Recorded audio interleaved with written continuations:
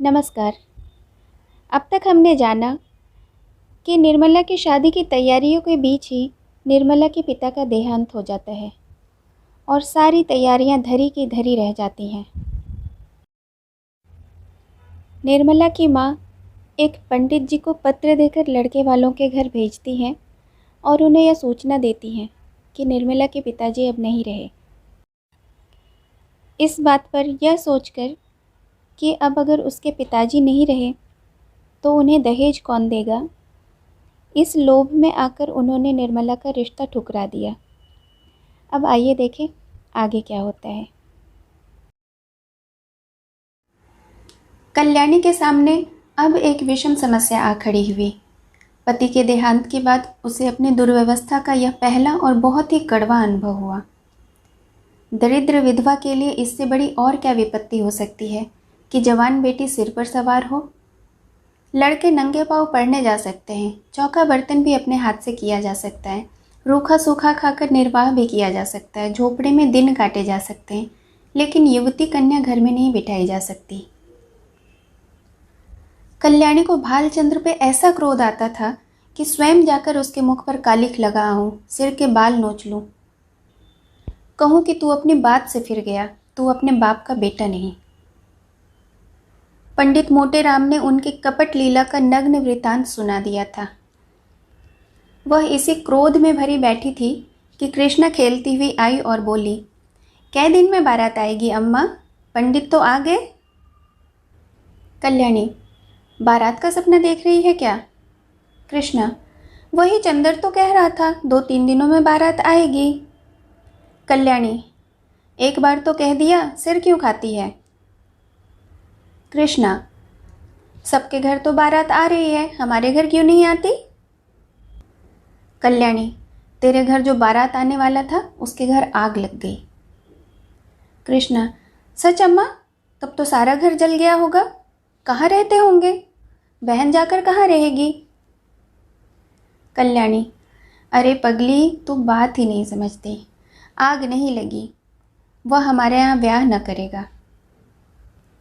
कृष्णा, यह क्यों अम्मा? पहले तो वहीं ठीक हो गया था ना। कल्याणी, बहुत से रुपये मांगता है, मेरे पास उसे देने को रुपये नहीं। कृष्णा, क्या बड़े लालची हैं अम्मा? कल्याणी, लालची नहीं है तो और क्या है? पूरा कसाई निर्दयी दगाबाज है। कृष्णा, तब तो अम्मा बहुत ही अच्छा हुआ, उसके घर बहन का ब्याह नहीं हो रहा, बहन उनके घर कैसे रहती? यह तो खुश होने वाली बात है अम्मा, तुम रंज क्यों करती हो? कल्याणी ने पुत्री को स्नेहमयी दृष्टि से देखा। इसका कथन कितना सत्य है। भोले शब्दों में समस्या का कितना मार्मिक निरूपण है। सचमुच यह तो प्रसन्न होने वाली बात है। ऐसे कुपात्रों से संबंध नहीं हुआ, रंज की तो कोई बात ही नहीं। ऐसे कुमानिसों के बीच बेचारी निर्मला की न जाने क्या गति होती, अपने नसीबों को रोती। जरा सा घी दाल में अधिक पड़ जाता तो सारे घर में शोर मच जाता, जरा खाना ज़्यादा पक जाता तो सास धनिया सिर पर उठा लेती। लड़का भी ऐसा लोभी है, बड़ी अच्छी बात हुई, बेचारी को उम्र भर रोना पड़ता। कल्याणी यहाँ से उठी तो उसका हृदय हल्का सा हो गया था। लेकिन विवाह तो करना ही था, और हो सके तो इसी साल, नहीं तो दूसरे साल फिर से नए सिरे से तैयारियां करनी पड़ेंगी। अब अच्छे घर की ज़रूरत न थी, न अच्छे वर की। अभागिन को कहाँ अच्छा घर वर मिलता। अब तो किसी भांति सिर का बोझ उतारना था, किसी भांति लड़की को पार लगाना था, उसे कुएं में झोंकना था। यह रूपवती है, गुणशीला है, चतुर है, कुलीन है तो हुआ करे। दहेज नहीं तो उसके सारे गुण दोष हैं, दहेज हो तो सारे दोष गुण। प्राणी का कोई मूल्य नहीं, केवल दहेज का मूल्य है। कितनी विषम भाग्य लीला है। कल्याणी का दोष कुछ कम न था। अबला और विधवा होना ही उसे दोषों से मुक्त नहीं कर सकता था। उसे अपने लड़के अपनी लड़कियों से कहीं ज़्यादा प्यारे थे। लड़के हल के बैल हैं, भूसे खली पर पहला हक उनका है, उनके खाने के बाद जो बचे वह गायों का। मकान था, कुछ नगद थे, कई हजार के गहने थे, लेकिन अभी उसे दोनों लड़कों का पालन पोषण करना था, उन्हें पढ़ाना था। एक कन्या अभी 4-5 साल में फिर से विवाह करने योग्य हो जाएगी, इसीलिए वह कोई बड़ी रकम दहेज में न दे सकती थी। आखिर लड़कों के लिए भी तो कुछ चाहिए, वे क्या समझेंगे, हमारा भी कोई बाप न था। पंडित मोटेराम को लखनऊ से लौटे 15 दिन बीत चुके थे। लौटने के बाद दूसरे ही दिन से वह वर की खोज में निकले थे। उन्होंने प्रण किया था कि मैं लखनऊ वालों को दिखा दूंगा कि संसार में तुम ही अकेले नहीं हो, तुम्हारे ऐसे और भी कितने पड़े हुए हैं। कल्याणी रोज दिन गिना करती। आज उसने पत्र लिखने का निश्चय किया और कलम दावात लेकर बैठी ही थी कि पंडित मोटेराम ने पदार्पण किया। कल्याणी, आइए पंडित जी, मैं आपको खत लिखने ही जा रही थी, कब लौटे? मोटेराम, लौटा तो प्रातःकाल ही था, पर इसी समय एक सेठ के यहाँ से निमंत्रण आ गया। कई दिन से तरमाल न मिले थे, मैंने कहा लगे हाथ काम भी निपटाता चलूं। अभी उधर से ही लौटा आ रहा हूँ, कोई 500 ब्राह्मणों की पंगत थी। कल्याणी, कुछ कार्य भी सिद्ध हुआ या रास्ता ही नापना पड़ा? मोटेराम, कार्य क्यों न सिद्ध होगा, भला यह भी कोई कहने की बात है। 5 जगह बातचीत कर आया हूँ, 5 की नकल लाया हूँ, उनमें से चाहे आप जिसे पसंद करें। यह देखिए, इस लड़के का बाप डाक के सीगे में 100 रुपये का नौकर है। लड़का अभी कॉलेज में पढ़ रहा है, मगर नौकरी का भरोसा है, घर में कोई जायदाद नहीं। लड़का होनहार मालूम होता है, खानदान भी अच्छा है। 2000 में बात तय हो जाएगी, मांगते तो 3000 हैं। कल्याणी, लड़के के कोई भाई है? मोटे, नहीं, मगर 3 बहनें हैं और तीनों कुंवारी, माता जीवित है। अच्छा, अब दूसरी नकल देखिए। यह लड़का रेल के सीगे में 50 रुपये महीने पाता है, माँ बाप नहीं है, बहुत ही रूपवान, सुशील, शरीर से खूब हृष्ट पुष्ट कसरती जवान है, मगर खानदान अच्छा नहीं। कोई कहता है माँ नाइन थी, कोई कहता है ठकुराइन थी। बाप किसी रियासत में मुख्तार थे। घर पर थोड़ी सी ज़मींदारी है, मगर उस पर कई हजार का कर्ज है। वहाँ कुछ लेना देना न पड़ेगा। उम्र कोई 20 साल होगी। कल्याणी, खानदान में दाग न होता तो मंजूर कर लेती, देख कर तो मक्खी नहीं निगली जाती। मोटे, तीसरी नकल देखिए। यह जमींदार का लड़का है, कोई 1000 सालाना नफ़ा है, कुछ खेतीबाड़ी भी होती है। लड़का पढ़ा लिखा थोड़ा ही है, कचहरी अदालत के कामों में चतुर है, दुहाजू है। पहली स्त्री को मरे 2 साल हुए, उससे कोई संतान नहीं, लेकिन रहन सहन मोटा है, पीसना कूटना घर में ही होता है। कल्याणी, कुछ दहेज मांगते हैं? मोटे, इसकी कुछ न पूछिए, 4000 सुनाते हैं। अच्छा, यह चौथी नकल देखिए। यह लड़का वकील है, उम्र कोई 35 साल होगी, 300-400 की आमदनी है। पहली स्त्री मर चुकी है, उससे 3 लड़के भी हैं, अपना घर बनवाया है, कुछ जायदाद भी खरीदी है, यहाँ भी लेन देन का झगड़ा नहीं। कल्याणी, खानदान कैसा है? मोटे, बहुत ही उत्तम, पुराने रईस हैं। अच्छा, 5वीं नकल देखिए। बाप का छापा खाना है, लड़का पढ़ा तो BA तक है, पर उस छापे खाने में काम करता है, उम्र 18 साल होगी। घर में प्रेस के सिवाय कोई और जायदाद नहीं, मगर किसी का कर्ज सर पर नहीं है। खानदान न बहुत अच्छा न बहुत बुरा। लड़का बहुत सुंदर और सच्चरित्र है, मगर 1000 से कम में मामला तय न होगा, मांगते तो वह 3000 हैं। अब बताइए, आपको कौन सा वर पसंद आता है? कल्याणी, आपको सबों में से कौन पसंद है? मोटे, मुझे तो 2 वर पसंद है, एक वह जो रेलवे में है और दूसरा जो छापे खाने में काम करता है। कल्याणी, मगर पहले के खानदान में तो आप दोष बताते हैं। मोटे, हाँ, यह दोष तो है, छापे खाने वाले को ही रहने दीजिए। कल्याणी, यहाँ 1000 देने को कहाँ से आएगा? 1000 तो आपका अनुमान है, शायद वह और भी मुंह फैलाएं। आप तो घर की दशा देख ही रहे हैं, भोजन मिलता जाए यही गनीमत है। जमींदार साहब 4,000 सुनाते हैं, डाक बाबू भी 2,000 का सवाल करते हैं। इनको जाने दीजिए, बस वकील साहब ही बचते हैं। 35 साल की उम्र कोई ज़्यादा तो नहीं, क्यों न इन्हीं को देखा जाए। मोटेराम, आप खूब सोच विचार कर लें। मैं यूं आपकी मर्जी का ताबेदार हूँ, जहाँ कहिएगा वहाँ जाकर टीका कराऊंगा। मगर 1,000 का मुंह न देखिए। छापे खाने वाले लड़का रत्न है, उसके साथ कन्या का जीवन सफल हो जाएगा। जैसे यह रूप और गुण की पूरी है, वैसे ही लड़का भी सुंदर और सुशील है। कल्याणी, पसंद तो मुझे भी यही है महाराज, पर रुपये किसके घर से आएंगे, कौन देने वाला है, कोई दानी? खाने वाले खा पीकर चंपत हुए, अब किसी की सूरत नहीं दिखाई देती, बल्कि और मुझे ही बुरा मानते हैं कि हमने उन्हें निकाल दिया। जो बात अब अपने बस के बाहर है, उसके लिए हाथ ही क्यों फैलाऊं? संतान किसको प्यारी नहीं होती, कौन उसे सुखी नहीं देखना चाहता, पर जब आपका काबू हो तब। आप ईश्वर का नाम लेकर वकील साहब को टीका कराइए। आयु कुछ अधिक है, लेकिन मरना जीना विधि के हाथ है। 35 साल का आदमी बुढ़ा थोड़े ही ना कहलाता है। अगर लड़की के भाग्य में सुख भोगना बधा है तो जहाँ जाएगी सुखी रहेगी, दुख भोगना है तो जहाँ जाएगी दुख झेलेगी। हमारी निर्मला को बच्चों से बहुत प्रेम है, उनके बच्चों को अपना समझेगी। आप शुभ मुहूर्त देखकर टीका कराएं। निर्मला का विवाह हो गया, वह ससुराल आ गई।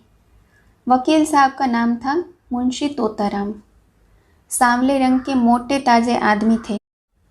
उम्र तो अभी 40 साल से अधिक न थी, पर वकालत के कठिन परिश्रम ने सिर के बाल पका दिए थे। व्यायाम करने का उन्हें अवकाश न मिलता था, यहाँ तक कि कभी घूमने भी कहीं न जाते थे, इसलिए तोंद भी निकल आई थी। देह के स्थूल होने के कारण आए दिन कोई न कोई शिकायत रहती थी। मंदग्नि और बवासीर से तो उनका चिरस्थायी संबंध था, अतएव बहुत फूंक फूंक कर कदम रखते थे। उनके 3 लड़के थे। बड़ा लड़का मनसाराम 16 वर्ष का था, मंझला जियाराम 12 और सीताराम 7 वर्ष का था। तीनों अंग्रेजी पढ़ते थे। घर में वकील साहब की विधवा बहन के सिवा और कोई औरत न थी, वही घर की मालकिन थी। उसका नाम था रुक्मणी और अवस्था 50 के ऊपर थी। ससुराल में और कोई न था, स्थायी रूप से वह यहीं रहती थी। तोताराम दंपत्ति विज्ञान में कुशल थे। निर्मला को प्रसन्न रखने के लिए उनमें जो स्वाभाविक कमी थी, उसे वह उपहारों से पूरी करना चाहते थे। यद्यपि वह बहुत ही मितव्ययी पुरुष थे, पर निर्मला के लिए कोई न कोई तोहफा रोज लाया करते थे। मौके पर धन की परवाह न करते थे।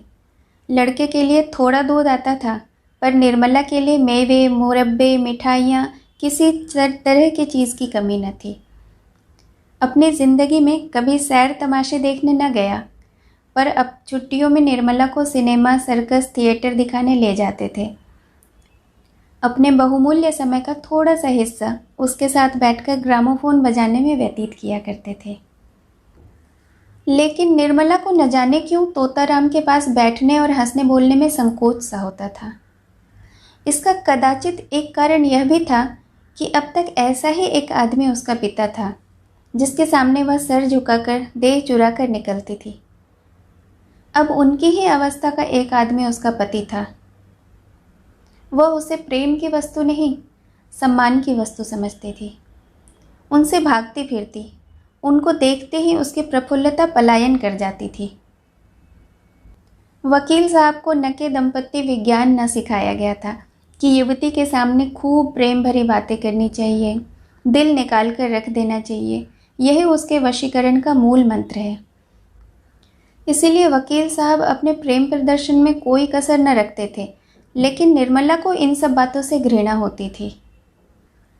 वही बातें जिन्हें किसी युवक के मुंह से सुनकर उसका हृदय प्रेम से उन्मत्त हो जाता, वकील साहब के मुंह से सुनकर उसके हृदय पर वह शेर के समान आघात करती थी। उनमें रस न था, उल्लास न था, उन्माद न था, हृदय न था। केवल बनावट थी, धोखा था और शुष्क नीरस शब्दांबर। उसे इत्र और तेल बुरा न लगता था, सैर तमाशे बुरे न लगते थे, बनाव श्रृंगार भी बुरा न लगता था। बुरा लगता था तो केवल तोताराम के पास बैठना। वह अपना रूप और यौवन उन्हें न दिखाना चाहती थी, क्योंकि वहां देखने वाली आंखें न थीं। वह इन्हें उन रसों का आस्वाद लेने योग्य न समझती थी। कली प्रभात समीर के स्पर्श से ही खिलती है, दोनों में समान सारस्य है। निर्मला के लिए वह प्रभात समीर कहाँ था?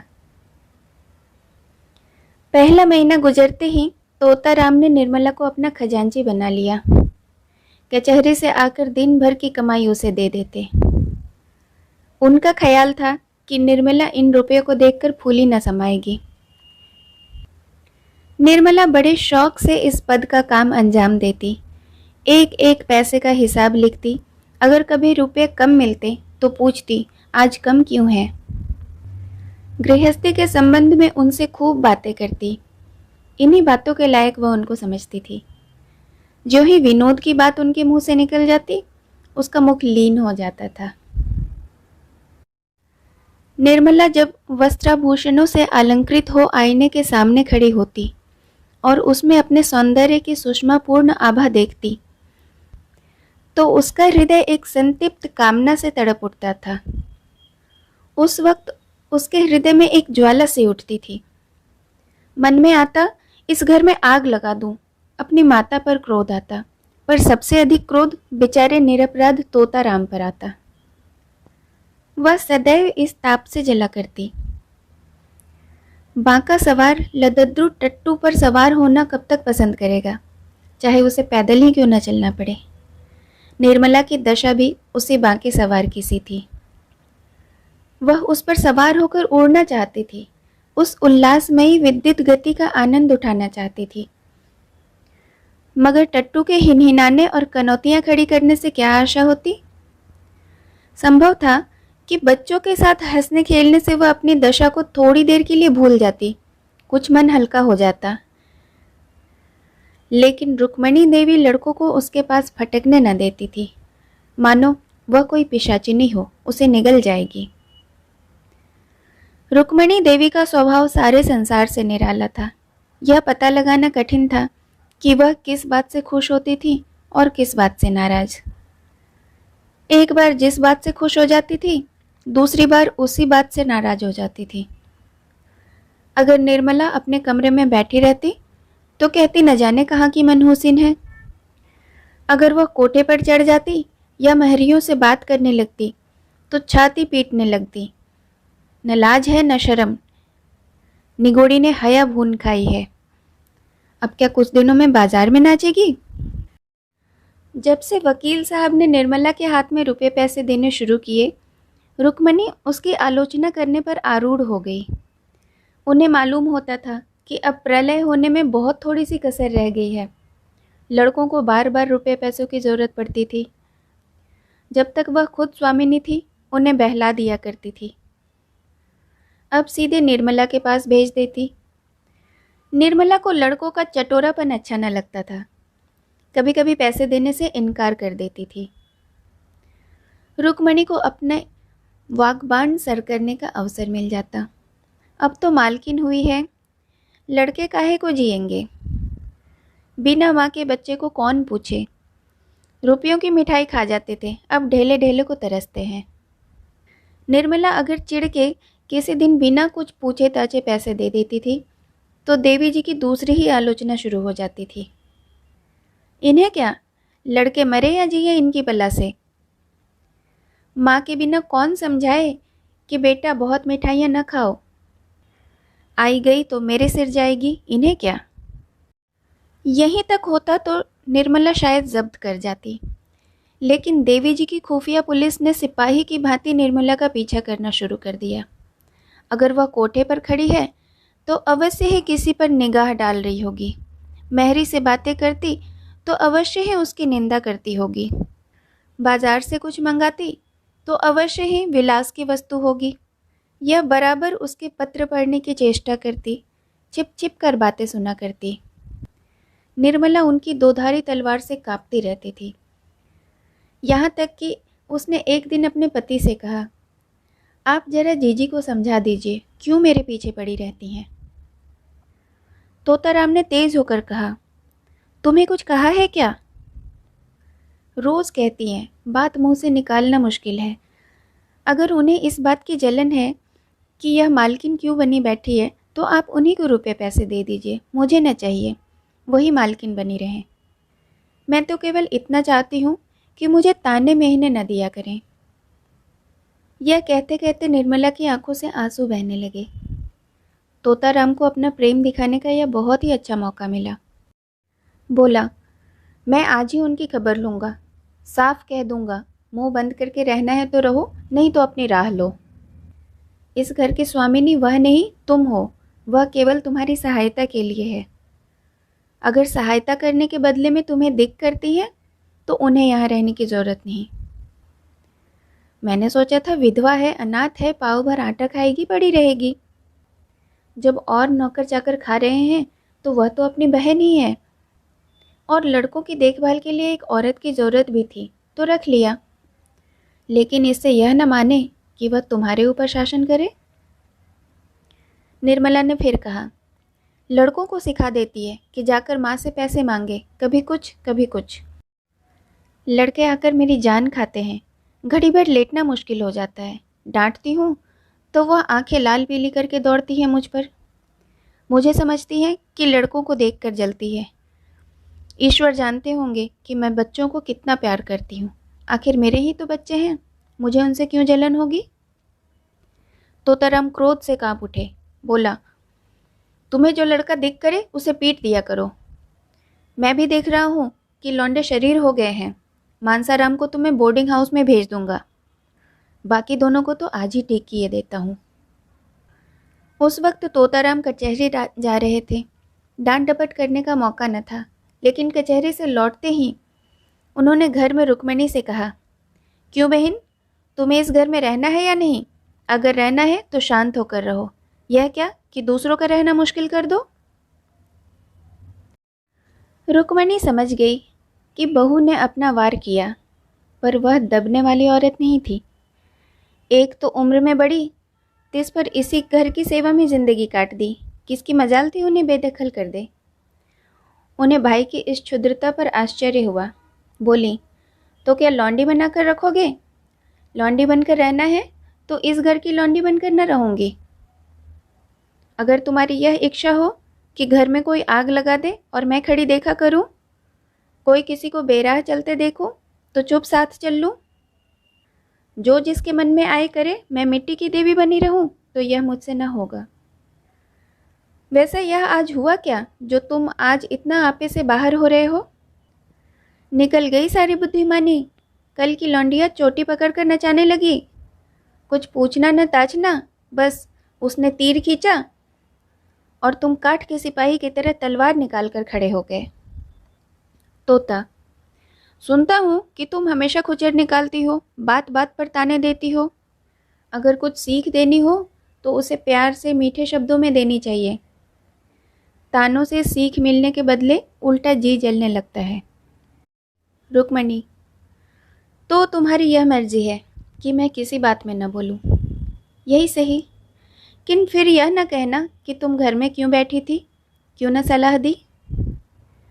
जब मेरी बातें जहर लगती हैं तो मुझे क्या कुत्ते ने काटा है जो बोलूं? मसल है, नाटो खेती बहुरियों घर। मैं भी देखूं बहुरिया घर कैसे चलाती है।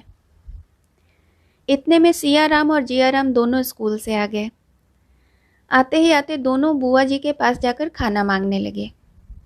रुक्मणी ने कहा, जाकर अपनी नई अम्मा से क्यों नहीं मांगते? मुझे बोलने का हुक्म नहीं है। तोता, अगर तुम लोगों ने उस घर में कदम रखा तो टांग तोड़ दूंगा। बदमाशी पर कमर बांधी है। जियाराम जरा शोक था। बोला, उनको तो आप कुछ नहीं कहते, हम ही को धमकाते हैं। कभी पैसे नहीं देती हमें। सियाराम ने भी इस कथन का अनुमोद किया।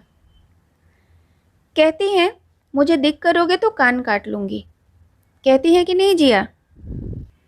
निर्मला अपने कमरे से बोली, मैंने कब कहा था कि तुम्हारे कान काट लूंगी? अभी से झूठ बोलने लगे।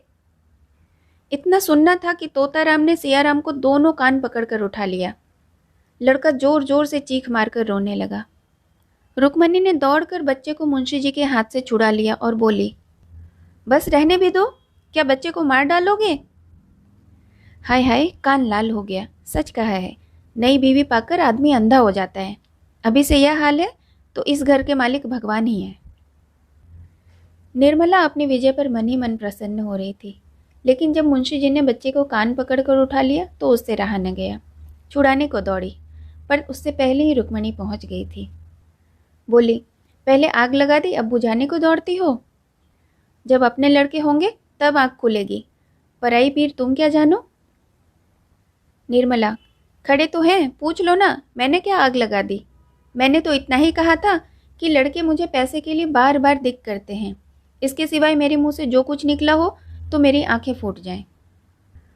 तोता, मैं खुद इन लौंडों की शरारत देखा करता हूँ, अंधा थोड़े ही हूँ। तीनों जिद्दी और शरीर हो गए हैं। बड़े मियाँ को तो मैं आज ही हॉस्टल भेजता हूँ। रुक्मणी, अब तक तो तुम्हें इनकी कोई शरारत न सूझी थी, आज आंखें इतनी तेज हो गई। तोताराम, तुम्ही ने इन्हें इतना शौक कर रखा है। रुक्मणी, तो मैं ही विष की गांठ हूँ, मेरे ही कारण तुम्हारा घर चौपट हो रहा है। लो, मैं जाती हूँ, तुम्हारे लड़के हैं, मारो चाहे काटो, मैं न बोलूँगी। यह कहकर वह वहाँ से चली गई। निर्मला बच्चे को रोते देख विह्वल हो उठी। उसने उसे छाती से लगा लिया और गोद में लिए हुए अपने कमरे में आकर उसे चुमकारने लगी, लेकिन बालक और भी सिसक सिसक कर रोने लगा। उसका अबोध हृदय इस प्यार में वह मातृ स्नेह न पाता था जिसे दैव ने उसे वंचित कर दिया था। यह वात्सल्य न था, केवल दया थी। यह वह वस्तु थी जिस पर उसका कोई अधिकार न था, जो केवल उसे भिक्षा के रूप में दी जा रही थी। पिता ने पहले भी एक दो बार मारा था जब उसकी माँ जीवित थी, लेकिन तब उसकी माँ उसे छाती से लगाकर रोती न थी। वह अप्रसन्न हो उससे बोलना छोड़ देती थी, यहाँ तक कि वह स्वयं ही थोड़ी देर के बाद सब कुछ भूलकर फिर माता के पास दौड़ा चला जाता था। शरारत के लिए सजा पाना तो उसकी समझ में आता था, लेकिन मार खाने पर चुमकारा जाना उसकी समझ में न आता था। मातृ प्रेम में कठोरता होती थी, लेकिन मृदुलता से मिली हुई। इस प्रेम में वह करुणा थी, पर कठोरता न थी, जो आत्मीयता का गुप्त संदेश है। स्वस्थ अंग की परवाह कौन करता है, लेकिन वही अंग जब किसी वेदना से टपकने लगता है तो उसे ठेस और धक्के से बचाने का यत्न किया जाता है। निर्मला का करुण रोदन बालक को उसके अनाथ होने की सूचना दे रहा था। वह बड़ी देर तक निर्मला की गोद में बैठा रोता रहा और रोते रोते सो गया। निर्मला ने उसे चारपाई पर सुलाना चाहा तो बालक ने सुषुप्ता अवस्था में दोनों कोमल हाथें उसके गले में डाल दी और ऐसे चिपट गया मानो नीचे कोई गड्ढा हो। शंका और भय से उसका मुख विकृत हो गया। निर्मला ने फिर बालक को गोद में उठा लिया, चारपाई पर न सुला सकी। इस समय बालक को गोद में लिए हुए उसे ऐसी तुष्टि हो रही थी जो अब तक कभी न हुई थी। आज पहली बार उसे आत्मवेदना हुई। जब तक आंखें नहीं खुलती हैं, अपना कर्तव्य मार्ग नहीं समझता। अब वह मार्ग उसे साफ दिखाई दे रहा था। उस दिन अपने प्रगाढ़ प्रणय का सबल प्रमाण देने के बाद मुंशी तोताराम को आशा हुई थी कि निर्मला के मर्मस्थल पर मेरा सिक्का जम जाएगा, लेकिन उनकी यह आशा लेश मात्र भी पूरी न हुई। बल्कि पहले तो कभी कभी वह उनसे हंस बोलकर बोला भी करती थी, पर अब बच्चों के ही लालन पालन में व्यस्त रहने लगी। जब भी घर आते बच्चों को उसके पास बैठा पाते। निर्मला का तृषित हृदय प्रणय की ओर से निराश हो इस अवलंब को ही अपनी गनीमत समझने लगा था। बच्चों के साथ हंसने बोलने में उसकी मातृकल्पना तृप्त होती थी। पति के साथ हंसने बोलने में उसे जो संकोच, जो अरुचि तथा जो अनिच्छा होती थी, यहाँ तक कि वह उठकर भाग जाना चाहती थी, उसके बदले बच्चों के सच्चे सरल स्नेह से चित्त प्रसन्न हो जाता था। पहले मनसाराम उसके पास आते हुए झिझकता था लेकिन मानसिक विचार में 5 साल छोटा। हॉकी और फुटबॉल ही उसका संसार, उसकी कल्पनाओं का मुक्त क्षेत्र तथा उसकी कामनाओं का हरा भरा बाग था। इकहरे बदन का छरहरा सुंदर हंसमुख लज्जाशील बालक था, जिसका घर से केवल भोजन का नाता था, बाकी सारा दिन जाने कहाँ घूमता रहता था। निर्मला उसके मुख से खेल की बातें सुनकर थोड़ी देर के लिए अपनी चिंताओं को भूल जाती थी और चाहती थी कि एक बार फिर वही दिन आ जाते जब वो गुड़िया खेलती थी, उसके ब्याह रचाती थी, जिसे अभी गुजरे थोड़े ही दिन हुए थे। बहुत ही थोड़े दिन हुए थे। मुंशी तोताराम अन्य एकांत से भी मनुष्यों की भांति विषयी जीव थे। कुछ दिनों तक तो वह निर्मला को सैर तमाशे दिखाते रहे, लेकिन जब देखा कि इसका कोई फल नहीं होता तो फिर एकांत सेवन करने लगे।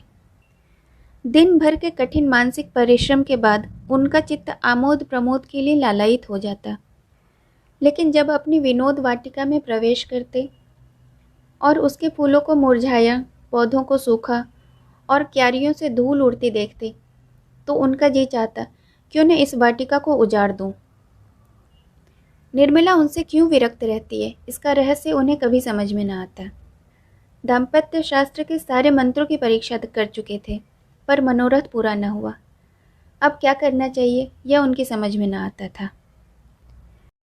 एक दिन वह इसी चिंता में बैठे हुए थे कि उनके सहपाठी मित्र नयन सुखराम आकर बैठ गए और सलाम वलाम करने के बाद मुस्कुराकर पूछे, आजकल तो खूब गहरी छंती होगी, नई बीवी का आलिंगन करके जीवन का मजा आ जाता होगा, बड़े भाग्यवान हो। भाई रूठी हुई जवानी को मनाने का इससे अच्छा और कोई उपाय नहीं कि नया विवाह हो जाए। यहाँ तो जिंदगी बवाल हो रही है। पत्नी जी इस बुरी तरह चिमटी हैं कि किसी तरह पिंड ही नहीं छोड़ती। मैं तो दूसरी शादी की फिक्र में हूँ, कहीं डॉल हो तो ठीक ठाक करा दो। दस्तूरी में एक दिन तुम्हें उसके हाथ से बने हुए पान खिला देंगे। तोताराम ने गंभीर भाव से कहा, कहीं ऐसी हिमाकत न कर बैठना, नहीं तो पछताओगे। लौंडिया लौंडों से खुश रहती हैं, हम तुम अब उस काम के नहीं रहे। सच कहता हूँ, मैं तो शादी करके पछता रहा हूँ। बुरी बला गले पड़ी। सोचा था 2-4 साल और जिंदगी का मजा उठा लूँ, पर उल्टी आते गले पड़ी। नयन सुख, तुम क्या बातें करते हो? लौंडियों को पंजे में लाना मुश्किल बात है क्या? जरा सैर तमाशे दिखा दो, उनके रंग रूप की तारीफ कर दो, बस रंग जम गया। तोताराम, यह सब कुछ कर धर के हार गया। नयन, अच्छा, कुछ इत्र तेल फूल पत्ते चाट वाट का भी मजा चखाया? तोता, अजी यह सब कर चुका। दंपत्य शास्त्र के सारे मंत्रों का इम्तिहान दे चुका हूँ, सब कोरी गप्पे हैं। नयन, अच्छा, तो अब मेरी एक सलाह मानो, जरा अपनी सूरत बनवा लो। यहाँ आजकल एक बिजली के डॉक्टर आए हुए हैं जो बुढ़ापे का निशान मिटा देते हैं। क्या मजाल कि चेहरे पर एक झुर्रियाँ या सिर का एक बाल पका रह जाए। न जाने क्या जादू कर देते हैं कि आदमी का चोला ही बदल जाता है। तोता, फीस क्या लेते हैं? नयन, फीस तो सुना शायद 500 रुपये। तोता, अजी कोई पाखंडी होगा, बेवकूफ़ों को लूट रहा होगा। कोई रोगन लगाकर 2-4 दिनों के लिए जरा चेहरा चिकना कर देता होगा। इश्तिहारी डॉक्टरों पर तो अपना विश्वास ही नहीं। 10-5 की बात होती तो कहता जरा दिल लगी ही सही। 500 रुपये तो बड़ी रकम है। नयन, तुम्हारे लिए 500 रुपये कौन सी बड़ी बात है? 1 महीने की आमदनी है। मेरे पास तो भाई 500 रुपये होते तो सबसे पहला काम यही करता। जवानी के 1 घंटे की कीमत 500 रुपये से कहीं ज़्यादा है। तोता, अजी कोई सस्ता नुस्खा बताओ, कोई फकीरी जड़ी बूटी जो बिना किसी हर फिटकरी के रंग चोखा हो जाए। बिजली और रेडियम बड़े आदमियों के लिए रहने दो, उन्हीं को मुबारक। नयन, तो फिर रंगीलेपन का स्वांग रचो। यह ढीला ढाला कोट फेंको, तंजेब की चुस्त अचकन हो, चुन्नटदार पजामा, गले में सोने की जंजीर पड़ी हुई, सिर पर जयपुरी साफा बांधा हुआ, आँखों में सुरमा और बालों में हिना का तेल पड़ा हुआ। तोंद का पिचकाना भी ज़रूरी है। दोहरा कमरबंद बंधे, जरा तकलीफ तो होगी पर अचकन सज उठेगी। खिजाब मैं ला दूंगा।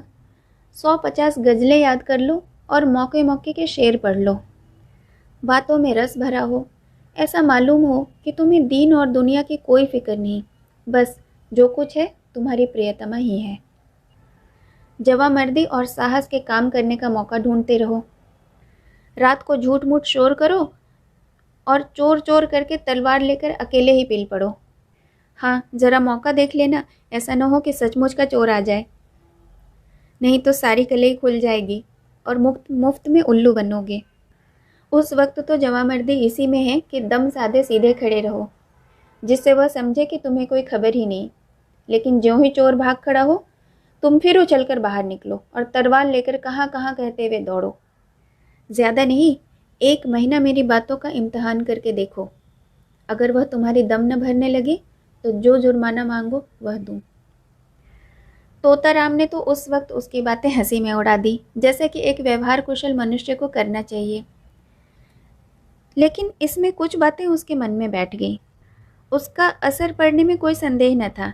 धीरे धीरे रंग बदलने लगे। पहले बालों से शुरू किया, फिर सूरमे की बारी आई। यहाँ तक कि 1-2 महीने में उनका कलेवर ही बदल गया। गज़लें याद करने का प्रस्ताव तो हास्यपद था, लेकिन वीरता की डींग मारने में कोई हानि न थी। उस दिन से वह रोज अपनी जवामर्दी का कोई न कोई प्रसंग अवश्य छेड़ देते। निर्मला को संदेह होने लगा कि कहीं इन्हें उन्माद का रोग तो नहीं हो गया है। जो आदमी मूंग की दाल और मोटे आटे के 2 फुलके खाकर भी नमक सुलेमानी का मोहताज हो, उसके छैलेपन पर उन्माद का संदेह न हो तो आश्चर्य है क्या। निर्मला पर इस पागलपन का और क्या रंग जमता। अब उसे उन पर दया आने लगी थी। क्रोध और घृणा का भाव तो जाता ही रहा। क्रोध और घृणा तो उनसे होती है जो लोग होश में हों। पागल आदमी पर तो दया ही आती है। वह बात बात में उनकी चुटकियां लेती, उनका मजाक उड़ाती, जैसे पागलों के साथ लोग किया करते हैं। हाँ, इसका ध्यान रखती थी कि वह समझ न जाए। वह सोचती, बेचारा अपने पाप का प्रायश्चित कर रहा है। यह सारा स्वांग इसलिए ही तो है कि मैं अपना दुख भूल जाऊं। आखिर अब अपना भाग्य तो बदल सकता नहीं, इस बेचारे को क्यों जलाऊं।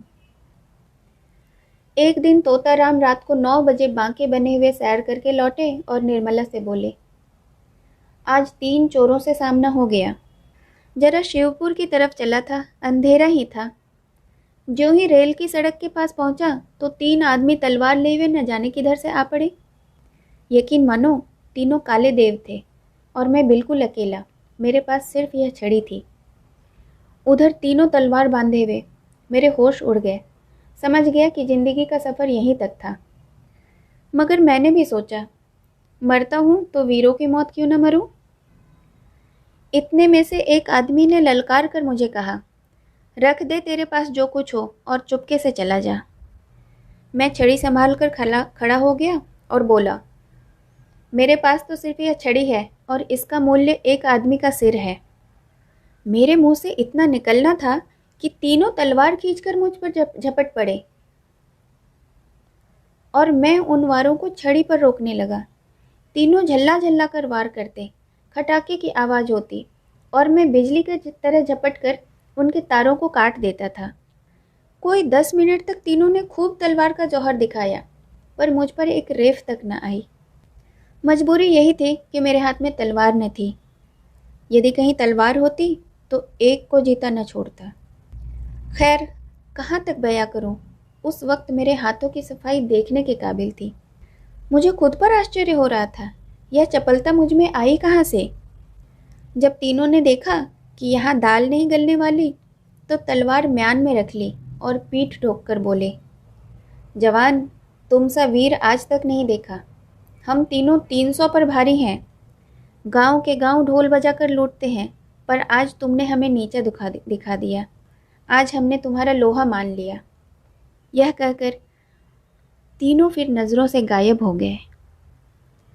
निर्मला ने गंभीर भाव से मुस्कुरा कर कहा, इस छड़ी पर तो तलवार के बहुत से निशान बने होंगे।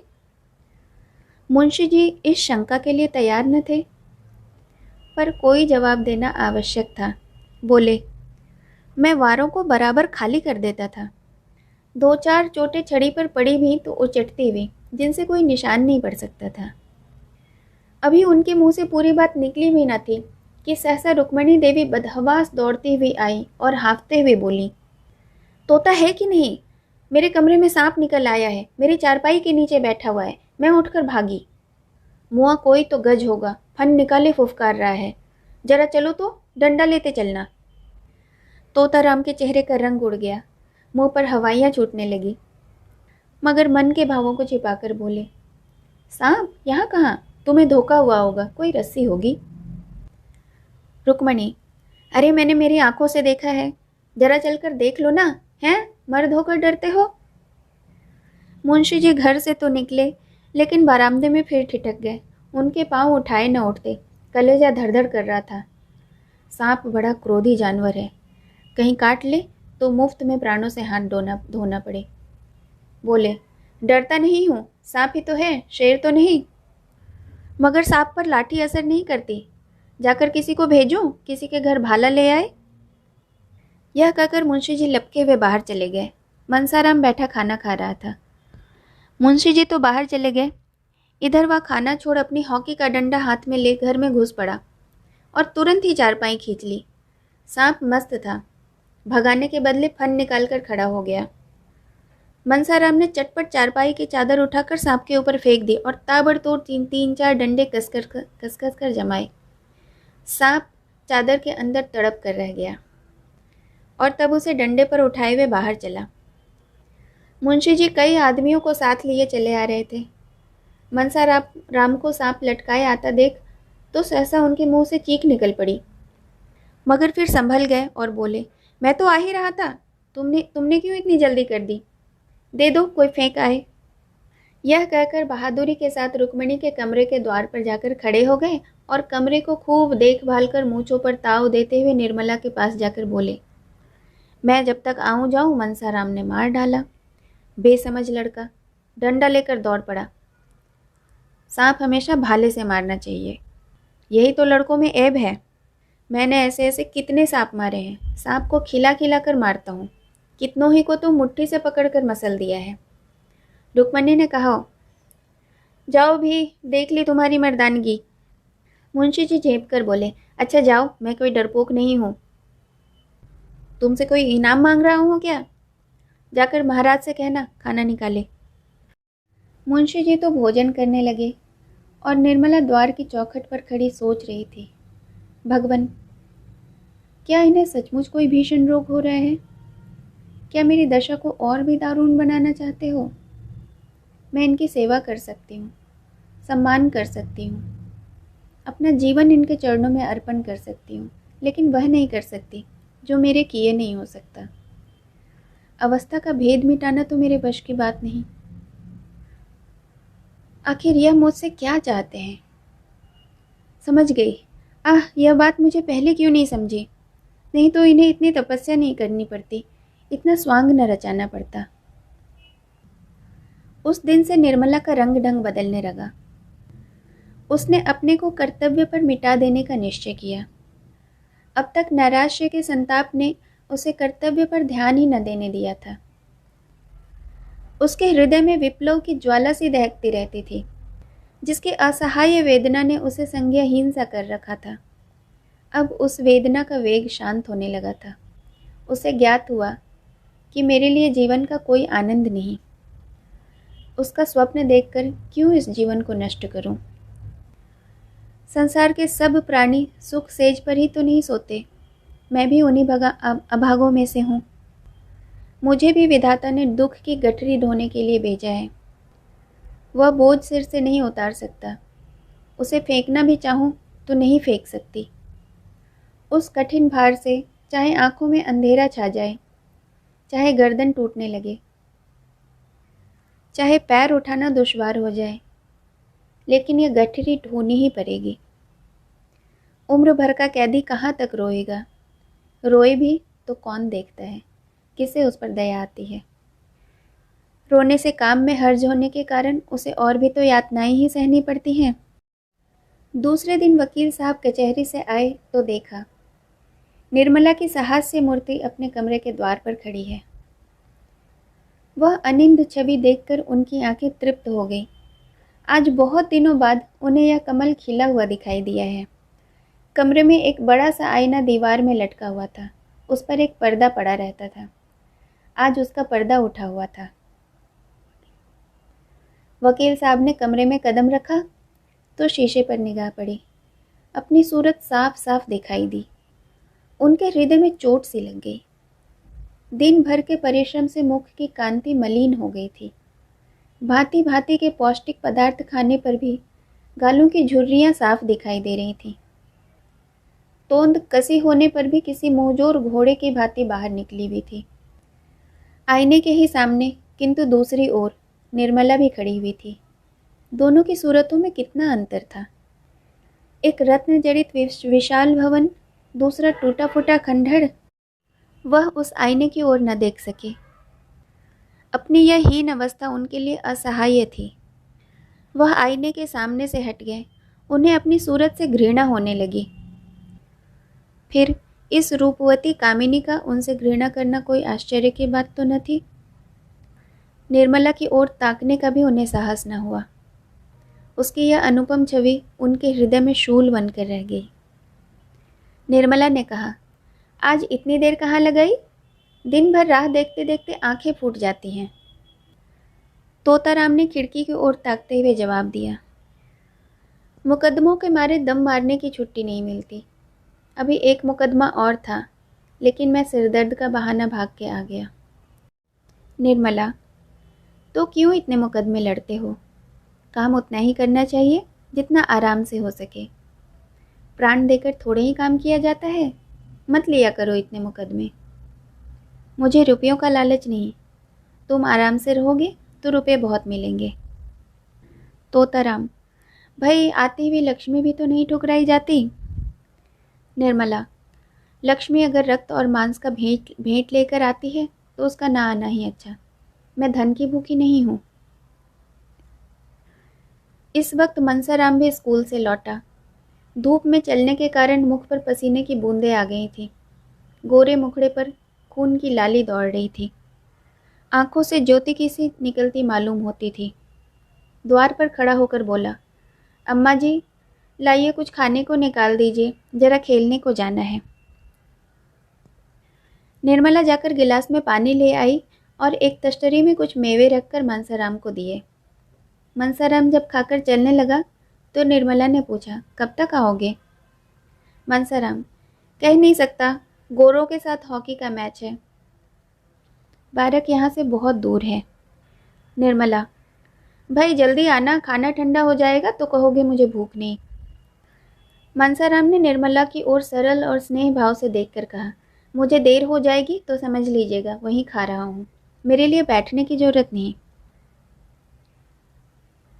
वह चला गया। निर्मला बोली, पहले तो घर में आते ही न थे। मुझसे बोलते शर्माते थे। किसी चीज़ की ज़रूरत होती तो बाहर से ही मंगवा भेजते। जब से मैंने बुलाकर कहा तब से आने लगे हैं। तोताराम ने कुछ चिढ़कर कहा, तुम्हारे पास खाना मांगने क्यों आता है? दीदी से क्यों नहीं कहता? निर्मला ने यह बात प्रशंसा पाने के लोभ से कही थी। वह यह दिखाना चाहती थी कि मैं तुम्हारे लड़कों को कितना चाहती हूँ। यह कोई बनावटी प्रेम न था। उसे लड़कों से सचमुच में स्नेह था। उसके चरित्र में अभी तक बाल भाव ही प्रधान था। उसमें वही उत्सुकता, वही चंचलता, वही विनोद प्रियता विद्यमान थी। और बालकों के साथ उसकी ये बाल प्रवृत्तियाँ प्रस्फुटित हो रही थीं। पत्नी सुलभ ईर्ष्या अभी तक उसके मन में उदय नहीं हुई थी, लेकिन पति के प्रसन्न होने के बदले नाक भौं सिकोड़ने का आशय न समझकर बोली, मैं क्या जानूं, उनसे क्यों नहीं मांगते? मेरे पास आते हैं तो दुत्कार नहीं देती हूँ। अगर ऐसा करूं तो यही होगा कि लड़कों को देखकर जलती है। मुंशी जी ने इसका कुछ जवाब न दिया, लेकिन आज उन्होंने मुवक्किलों से बातें नहीं की। सीधे मनसाराम के पास गए और उसका इम्तिहान लेने लगे।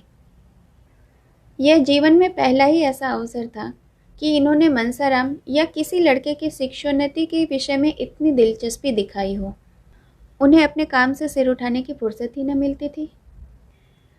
उन्हें इन विषयों को पढ़े हुए लगभग 40 वर्ष हो चुके थे। तब से उनकी ओर आंखें तक न उठाई थी। वह कानूनी पुस्तकों और पत्रों के सिवा कुछ और न पढ़ते थे। इसका समय ही न मिलता था। पर आज उन्हीं विषयों में मनसाराम की परीक्षा लेने लगे। मनसाराम ज़हीन था और इसके साथ साथ मेहनती भी था। खेल की टीम में कैप्टन होने के कारण वह क्लास में प्रथम रहता था। जिस पाठ को एक बार देख लेता, पत्थर की लकीर हो जाती। मुंशी जी को उतावलेपन में ऐसे मार्मिक प्रश्न तो नहीं सूझे जिसके उत्तर देने में चतुर लड़के को भी कुछ सोचना पड़ता, और ऊपरी प्रश्नों को मनसाराम चुटकियों में उड़ा देता था।